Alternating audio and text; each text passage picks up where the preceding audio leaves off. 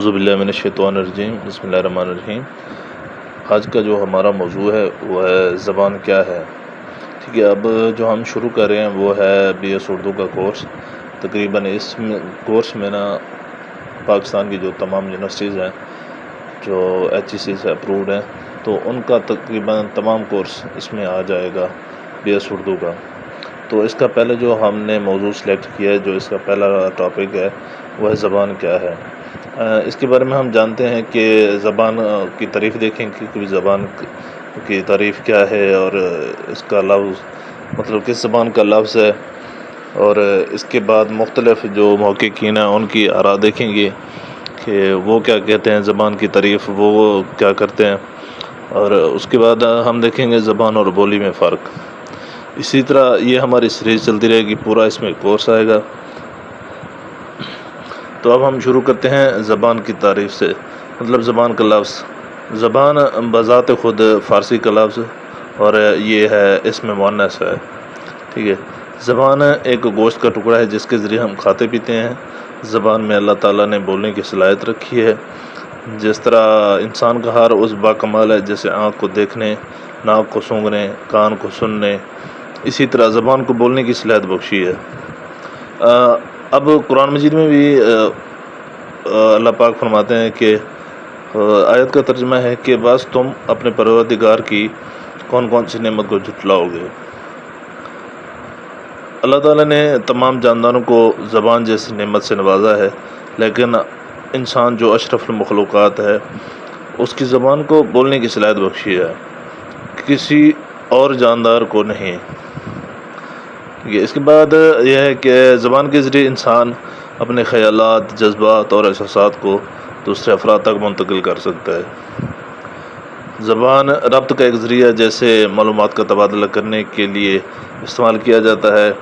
معلومات کا تبادلہ تحریری طور پر اشاروں سے، اشارات یا بصری مواد کی زبان کے استعمال سے، علامتوں کے استعمال سے یا براہ راست کلام سے ممکن ہے۔ انسانوں کے علاوہ مختلف جاندار آپس میں تبادلہ معلومات کرتے ہیں، مگر زبان سے عموماً وہ نظام لیا جاتا ہے جس کے ذریعے انسان ایک دوسرے سے تبادلہ معلومات و خیالات کرتے ہیں۔ اب ہم دیکھتے ہیں کہ پروفیسر عبدالکلام جو زبان کی تعریف کرتے ہیں، اس کو ہم دیکھتے ہیں کہ وہ پروفیسر عبدالکلام صاحب کہتے ہیں کہ زبان من مانی صوتی علامتوں کا ایک نظام ہے جس کے ذریعے سماجی گروپ ایک دوسرے سے تعاون کرتا ہے۔ اس تعریف میں نظام سے مراد مرئی اور غیر مرئی اشیاء کا ایک ایسا نظام جس کو دیکھنے کے بعد پتہ چلے کہ اس میں کچھ ترتیب ہے۔ یہ تھی تعریف پروفیسر عبدالکلام صاحب کی، اور اس کے بعد ہم دیکھتے ہیں کہ ڈاکٹر جمیل جالوی صاحب زبان کی تعریف کچھ اس طرح سے کرتے ہیں کہ زبان انسانی شعور کی علامت ہے۔ اس کے دکھ، درد، خوشی، غم، خیال، احساس، جذبہ اور فکر و تجربہ کا اظہار ہے۔ انسانی شعور اسے نکھارتا ہے۔ ٹھیک ہے، یہ تھی ڈاکٹر جمیل جالب صاحب نے جو تعریف کی زبان کے بارے میں۔ اب ہم دیکھتے ہیں کہ جو نور اللغات ہے اس میں زبان کی تعریف کس طرح کی گئی ہے۔ اس میں ہے کہ بول چال روزمرہ جس کے ذریعے انسان اپنے دل کی بات ظاہر کر سکے۔ ٹھیک ہے، اس کے بعد ہم دیکھتے ہیں کہ ایک تعریف اور ہے کہ بابا اردو مولوی عبدالحق صاحب نے جو تعریف کی تھی، یعنی زبان ذائقہ کی حس رکھنے والے اور نطق کو کہتے ہیں۔ ٹھیک ہے، اور اس کے بعد جو آتا نا اردو لغات میں زبان کی جو تعریف کی گئی ہے کہ زبان منہ کے اندر کا وہ عضو جس میں قوت ذائقہ ہوتی ہے اور جو نطق کا ذریعہ ہے۔ ٹھیک ہے، اس کے بعد ہمارے پاس آتا ہے لہجہ۔ بھی لہجہ کیا ہوتا ہے، یہ پہلے ہم دیکھ چکے ہیں کہ زبان کیا ہے، مختلف لوگوں کی تعریف دیکھی کہ انہوں نے کس طرح ان کی تعریف کی ہے۔ اب ہم دیکھتے ہیں کہ لہجہ کیا ہے۔ کسی زبان میں گفتگو کرتے وقت لہجہ بڑی اہمیت رکھتا ہے۔ یہ لہجہ یہی ہے جو زبان میں جاذبیت، دلکشی اور حلاوت پیدا کرتا ہے۔ لہجے ہی سے اہل زبان ہونے اور غیر اہل زبان ہونے کا پتہ چلتا ہے۔